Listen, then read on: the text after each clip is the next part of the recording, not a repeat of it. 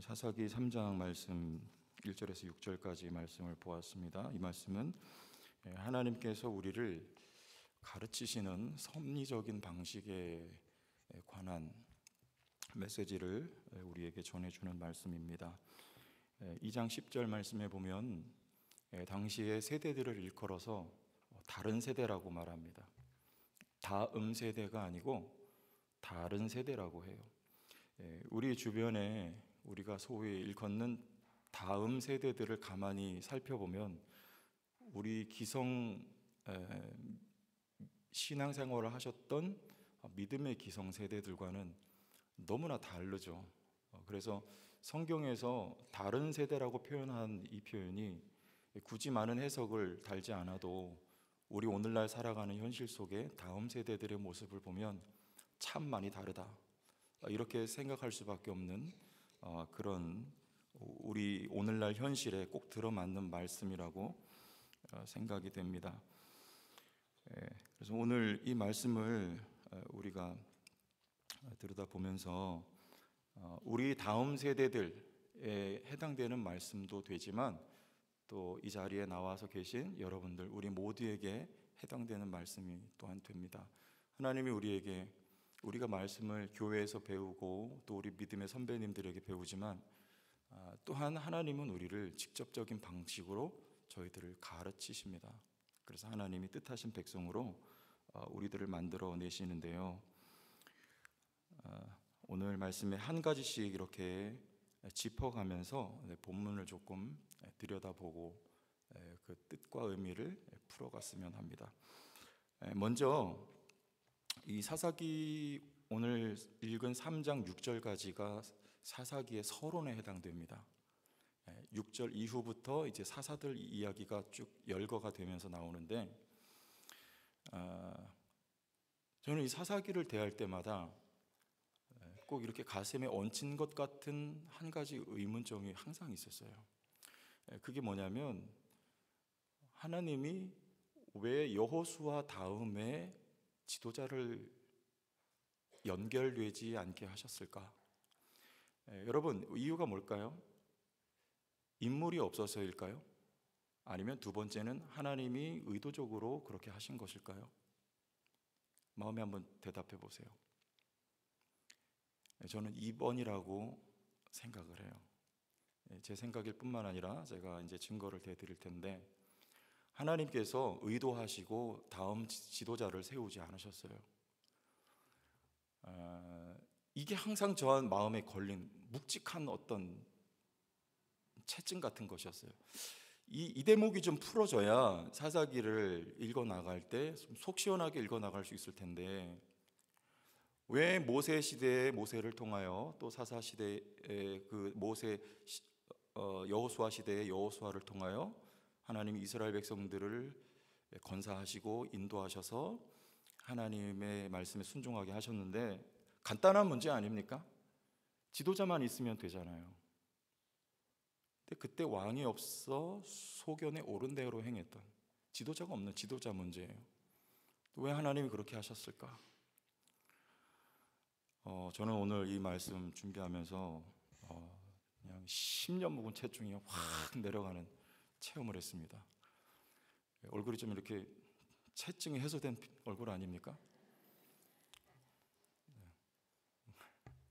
저만 그런 것 같아서 죄송하네. 이게 여러분 천기누설 하는 날이에요.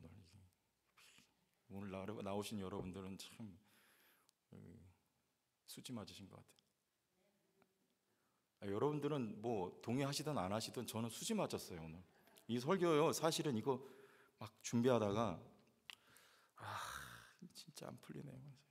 그러면서 막 예전에 했던 설교 어떻게 다시 한번 울고 먹어볼까 막 찾다가 도저히 이것도 못 써먹겠어요. 다시 돌아가자, 사사기다. 쭉 보는데요, 이게 하나님이 딱 지혜를 주시고 가르쳐 주시는 거예요. 뭐게요? 여러분, 만약에 모세가 신명기에서 느보산에서 모세가 죽잖아요. 모세가 여러분 신명기에서 죽지 않고 살아 있었으면 어떻게 됐을까요? 모세는요 틀림없이 신이 됐을 거예요. 이스라엘 백성들에 의해서. 그래서 하나님이 또 한 가지의 이유가 있긴 한데, 하나님이 너 여기까지만 가라 하고 모세를 걷어가셨어요. 그 시체가 여러분 어디 있습니까? 이스라엘 백성들이 찾을 수가 없었어요. 하나님 감춰버리신 거예요. 그 시신이라도 발견이 되면 이스라엘 백성들이 모세를 반드시 여러분 우상처럼 떠받들었을 것입니다. 종족을 감춰버리게 하나님이 역사하셨어요. 자, 여호수아 여러분 어떨까요? 여호수아가 죽었습니다. 그리고 사사시대에 다음 지도자가 세워지질 않았어요. 하나님이 여호수아서에 보면 여호수아에게 말씀하세요. 그런데 사사기 1장 1절에 보면 이스라엘 백성이 여호와께 여쭈어요. 이젠 지도자가 없는 거예요. 하나님이 이스라엘 백성에게 직접 말씀하십니다. 지파 중에 누가 먼저 올라가리까? 하나님이 유다 지파가 올라가라고 이스라엘 백성, 이스라엘 공동체에게 말씀하세요. 왜 지도자가 없을까요? 여호수아와 같은 여러분 영성이 있고 강력한 지도자가 세워지면 이스라엘 백성들은 가나안 땅에 들어가서 필히 그를 뭐 삼을까요? 왕 삼을 겁니다. 모세 시대 때, 여호수아 시대 때는요, 자, 우리 어성경 공부하신 분들 한번 활용해 보세요. 국가의 세 가지 요소 있죠? 국민, 출애굽기 국민 만들기, 그리고 여러분 그 다음에 땅, 영토, 그 다음에 뭐죠?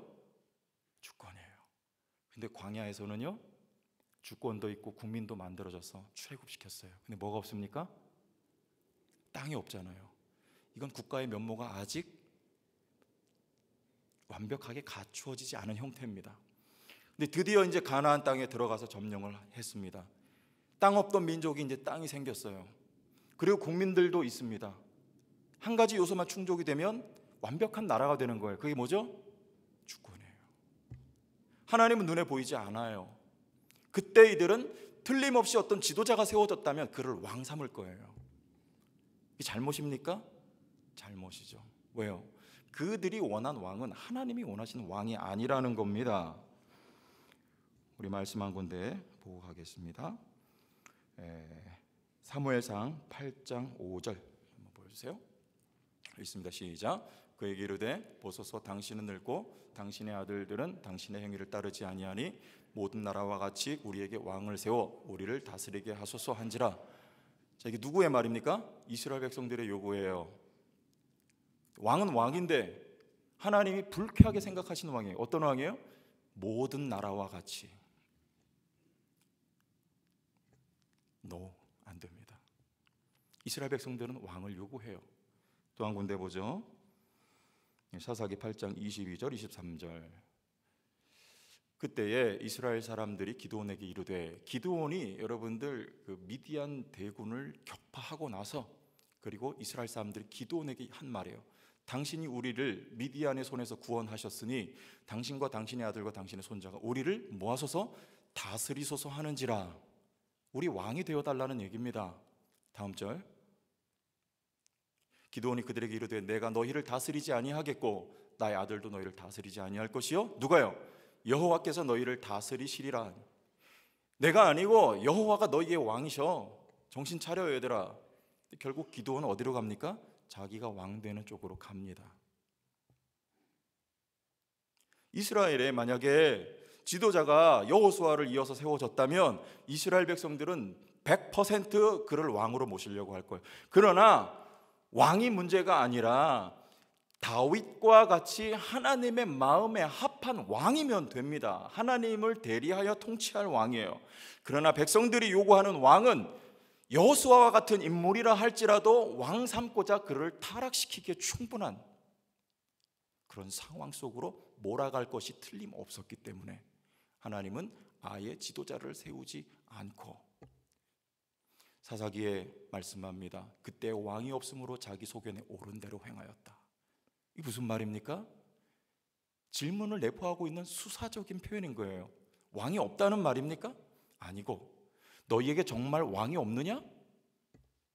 너희 왕이 누구시냐? 이 말이에요. 이스라엘 백성들에게 왕이 없습니까? 아니죠. 하나님이 왕으로 살아계시지요.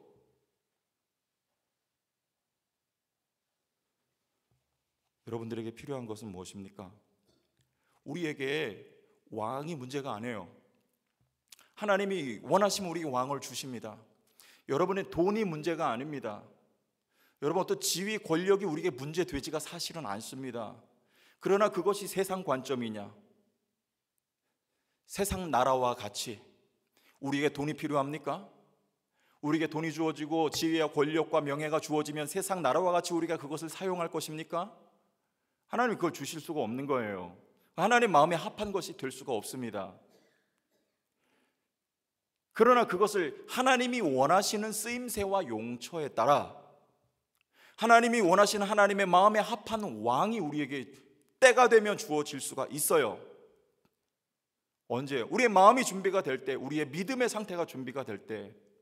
돈이 아니고 문제가 아니라요, 주의 나라와 주의 영광을 위하여 돈과 지위와 명예와 권력이 우리에게 주어져도 하나님의 마음에 합하게 그것이 쓰여진다면 하나님은 얼마든지 오케이 우리에게 주신다는 말이죠.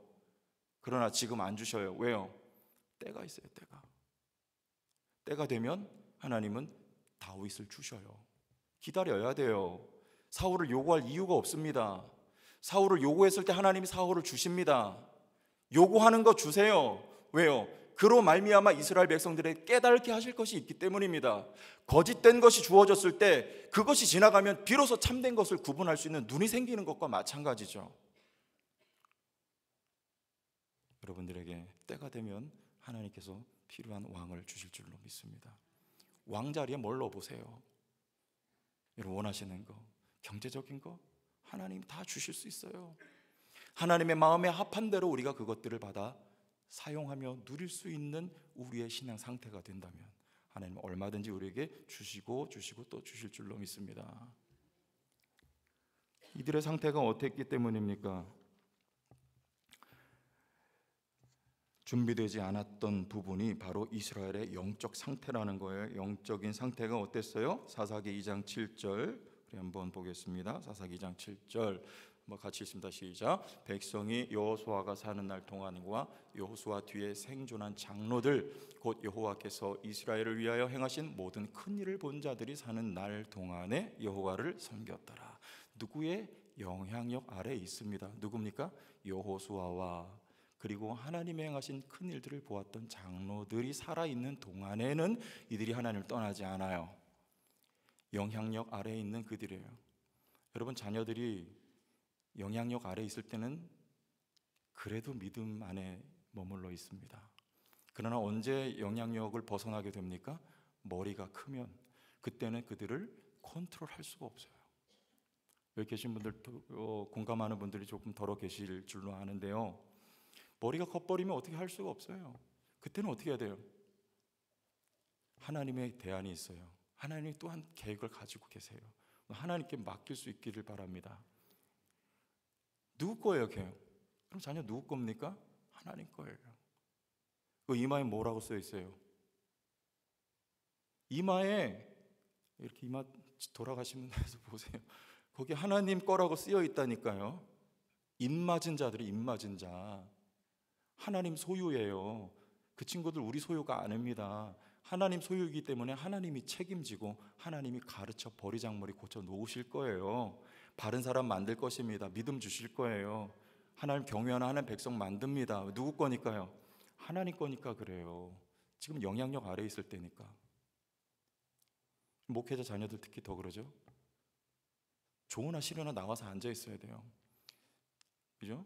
수요 예배 나오죠. 주일 아침 예배, 주일 학교 예배, 저녁 예배, 심지어는 어성경에도 나와서 2시간, 3시간 앉아 있어야 돼요.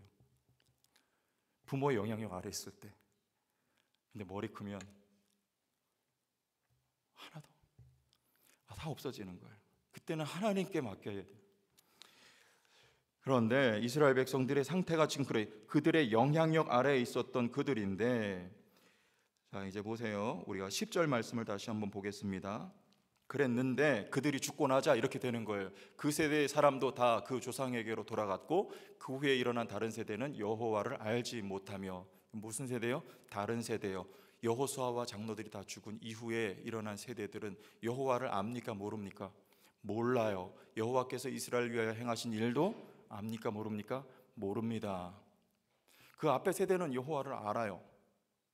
광야를 거쳐오고요, 그리고 수많은 전쟁을 겪어오면서 하나님의 행하신 일들을 목격했습니다. 그리고 하나님의 손길을 봤어요. 하나님을 알아요. 근데 이들은요, 가나안 땅에 들어와서 태어난 자들이에요. 출애굽 2세대도 아닙니다. 2세대도 다 죽었어요. 세상 떠났어요. 여호와를 알지 못해요. 그런데 중요한 것은 지도자도 없습니다. 그때 누가 왕일까요? 하나님이 왕이며 하나님이 지도자예요. 이들을 하나님이 직접 다루고 가르치십니다. 어떤 방법일까요? 이런 방법이죠. 우리 2장 11절과 12절을 보겠습니다. 이렇게 위치를 바꿔놔야 돼요. 11절 앞에 보세요. 이스라엘 자손이 여호와의 목전에 악을 행하여 누구를 섬기며? 바알을. 하나님을 알지 못해요. 지도자도 없어요. 바알을 섬깁니다. 바알을 섬겨요. 다음 절, 애굽 땅에서 그들을 인도하여 내신 그들의 조상들의 하나님 여호와를 뭐하고요? 버리고 다른 신들 곧 그들의 주위에 있는 백성의 신들을 따라 그들에게 절하여 여호와를 진노하시게 하였으되, 바알을 섬기고 여호와를 버립니다. 이게 지금 이들의 상태, 사사시대의 이스라엘 백성의 영적인 상태예요. 여기다가 뭘 줄 수 있어요? 여기다가 지도자를 세워야 자기들을 위한 왕을 삼고야 말 것입니다. 왕만 있으면 우리가 완벽할 텐데, 땅도 있고 백성도 이만하면 됐고, 왕만 세워지면 저 세상 나라와 같은 강력한 군주가 우리에게 있다면 우리들도 저들처럼 강력하여질 수가 있을 텐데, 그러나 하나님은 그들에게 왕을 줄 수가 없습니다. 왜냐하면 이들의 영적인 상태가 이렇기 때문이에요. 여호와를 버리고 바알을 섬겼단 말이에요. 이 위치가 바뀌어야 돼요. 바알을 버리고 여호와를 섬겨야 되는 거죠. 하나님은 이들의 버리장머리를 고쳐놓기를 원하시는 겁니다. 이들을 가르치세요. 어떻게 해요? 원 위치로 돌아오게 합니다. 여호와를 섬기고 바알을 버리도록 하나님이 만드세요. 이제는 지도자, 인간 지도자가 그것을 하지 않습니다. 하나님께서 직접 개입하셔서 하나님이 손을 대시는 거예요.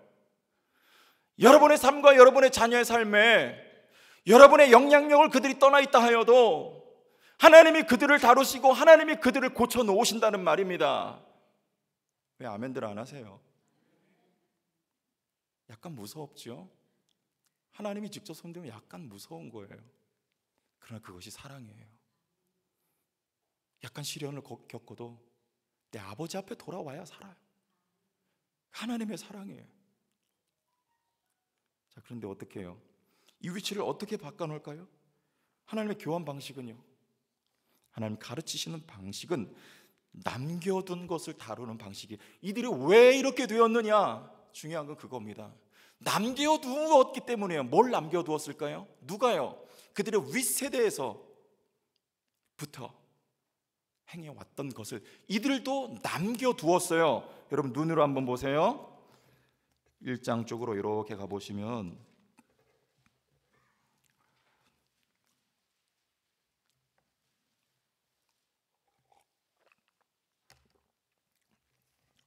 (1장) 27절 정도부터 이렇게 쭉 한번 보세요. 므낫세가 나오죠. 나옵니까? 대답하세요. 나옵니까? 그 땅에 가나안 족속이 결심하고 그 땅에 뭐 합니까? 거주하였더니, 거주라는 단어가 거듭 반복돼서 나옵니다. 거주하였더니, 또 29절에 마지막에 거주하였더니, 또 30절에 거주하면서 거주하였으니, 거주라는 말이 나와요. 누가 거주하는 거예요? 하나님은 가나안 족속을 거주하라고 말씀하시지 않으셨어요. 다 쫓아내야 됩니다. 진멸해야 되는 거예요. 그들이 거주할 때는요, 그들이 무엇도 가지고 들어옵니까? 그들이 섬기고 있는 바알과 아세라를 같이 가지고 들어오는 거예요. 그래서 하나님이 그들을 거주하지 못하게 하셨습니다. 근데 왜 거주하게 했을까요? 28절 같이 읽어봐요. 이스라엘이, 시작, 이스라엘이 강성한 후에 가나안 족속에게 노역을 시켰고 다 쫓아내지 아니하였더라. 뭘 시킵니까? 노역을 시킵니다. 30절도 한번 보세요. 스불론은 기드론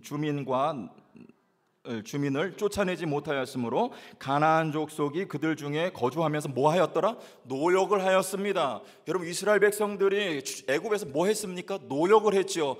바로가 왜 이스라엘 백성들 나가는 것을 극구 반대했습니까? 어마어마한 국력의 손실이 발생하는 거예요. 여러분, 우리나라에 들어와 있는 외노자들 다 내보내면 우리나라 어떻게 될까요? 어마어마한 여러분 손해를 우리가 입게 될 수 있어요. 그렇기 때문에 불법 체류자인지 알면서도 때로는 방관하고 있는 거죠. 마찬가지입니다. 이스라엘 백성들이 왜요? 왜?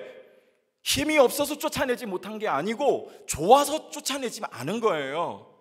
자기들에게 유익이 되기 때문에 하나님의 말씀에 순종하지 않았던 것이죠. 여기 이런 표현도 나옵니다. 19절에 보면 여호와께서 유다와 함께 계셨으므로 그가 산지 주민을 쫓아내었으나 골짜기의 주민들은 뭐가 있어요? 철병거가 있으므로 그들을 쫓아내지 못하였으며. 유다 족속이요, 골짜기에는 철병거가 있어서 쫓아내지 못했답니다. 여러분, 이 대목이 이해가 가세요? 하나님이 함께 계셨는데 철병거가 있어서 쫓아내지 못한다니요. 이것은 표면적으로 드러난 이유일 뿐이에요. 드보라와 바락은요, 시스라와 그의 군대들이 철병거를 가지고 있었지만 승리합니다. 그것은 이유가 아니에요. 이유는 단 한 가지, 자기들의 유익 때문에 내보내지 않은 거예요. 남겨둔 것. 그런데 이것을 하나님은 어떻게 하실까요? 하나님도 남겨두셔요. 이 말씀 보세요. 3장 2절 3장 2절 보세요. 우리 읽은 본문이죠. 3장 2절 우리 다 같이 한번 읽어보겠습니다. 시작. 이스라엘 자손의 세대 중에 아직 전쟁을 알지 못하는 자들에게 그것을 가르쳐 알게 하려 하사 남겨두신 이방 민족들은, 그래요. 하나님 뭐 하셨어요? 이스라엘 백성들이 남겨뒀는데요, 하나님도 그걸 남겨두세요. 이게 하나님이 이스라엘 백성들을 가르치는 방식이었어요. 남겨두고 뭐 하시려고요? 첫째, 3장 4절 우리 한번 보세요. 다 같이 한번 읽어보겠습니다. 시작.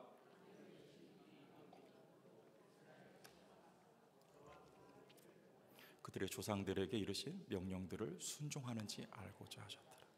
남겨두신 이방 민족들로 뭐 하신다고요? 시험.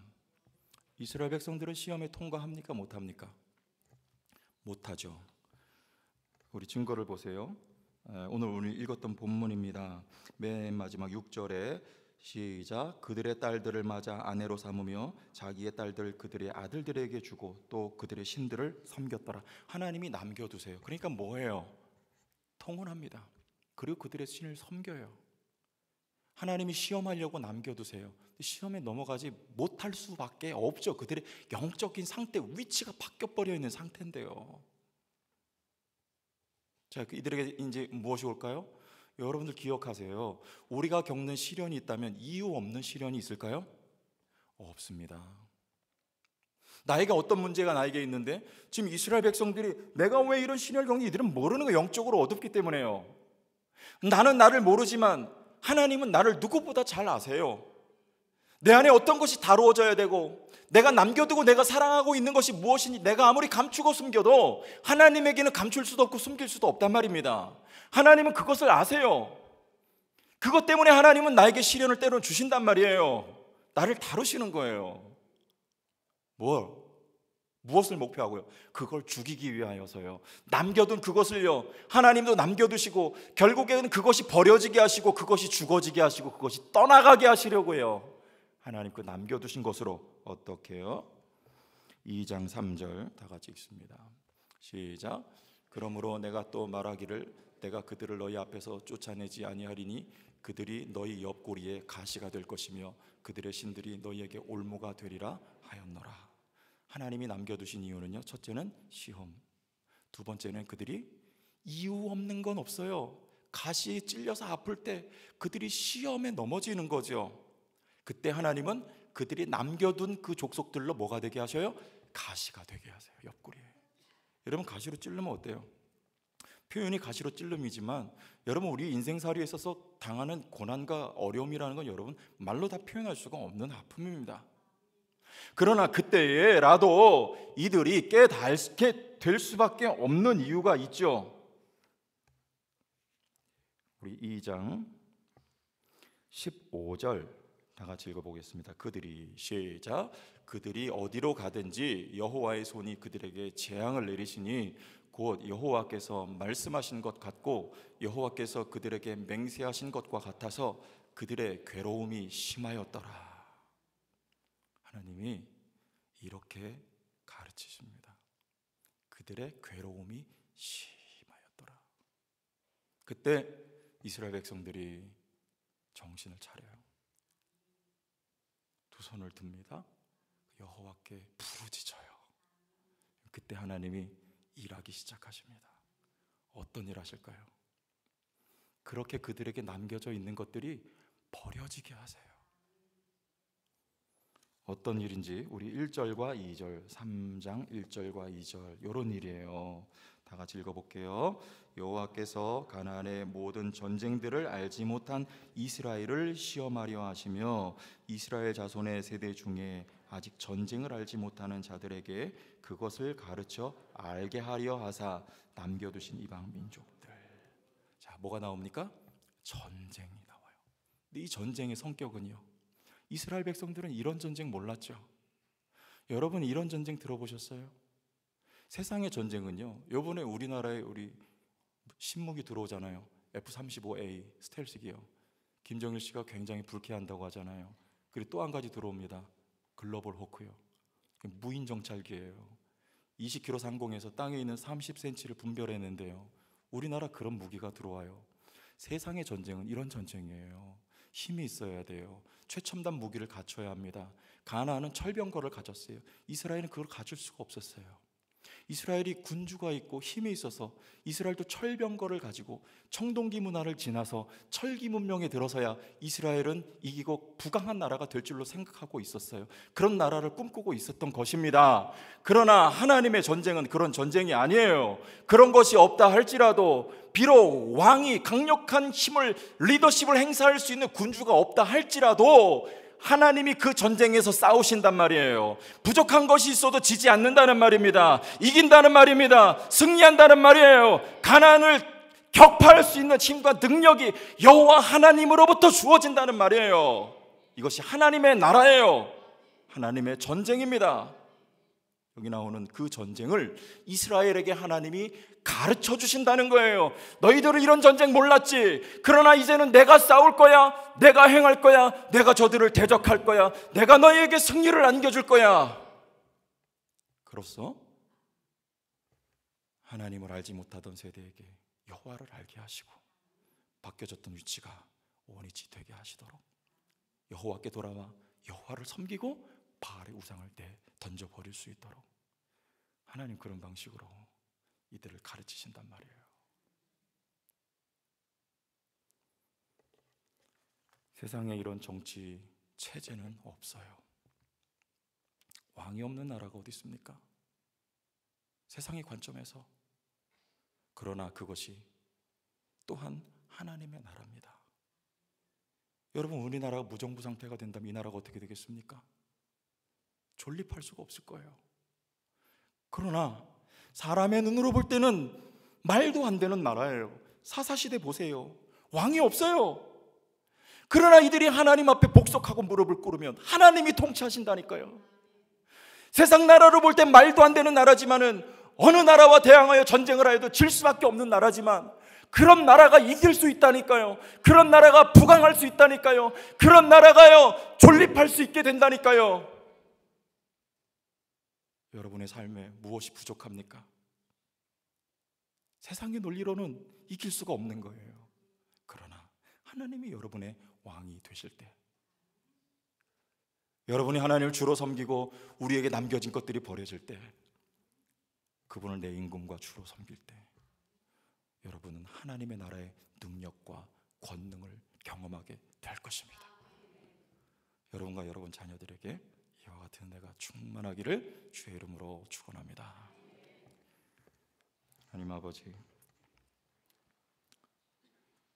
우리의 삶에, 우리 성도 교회에 예수 그리스도가 왕 되어 주심을 감사합니다. 우리의 마음에 있는 남겨진 것들이 있다면 버려지게 오늘도 역사하시는 하나님의 손길을 느끼고 바라보고 감사하고 찬양합니다. 뿐만 아니라 우리의 자녀에게도 말씀을 통하여 이와 같이 일하시는 주님을 경배합니다. 하나님의 나라의 능력이 오늘 우리의 삶에 그대로 경험되게 하여 주옵소서. 내가 나가 내 힘 가지고 싸우지 아니하고 하나님이 날 위해 싸우시는 은혜를 날마다 경험할 수 있도록 축복하여 주옵소서. 예수님 이름으로 기도합니다.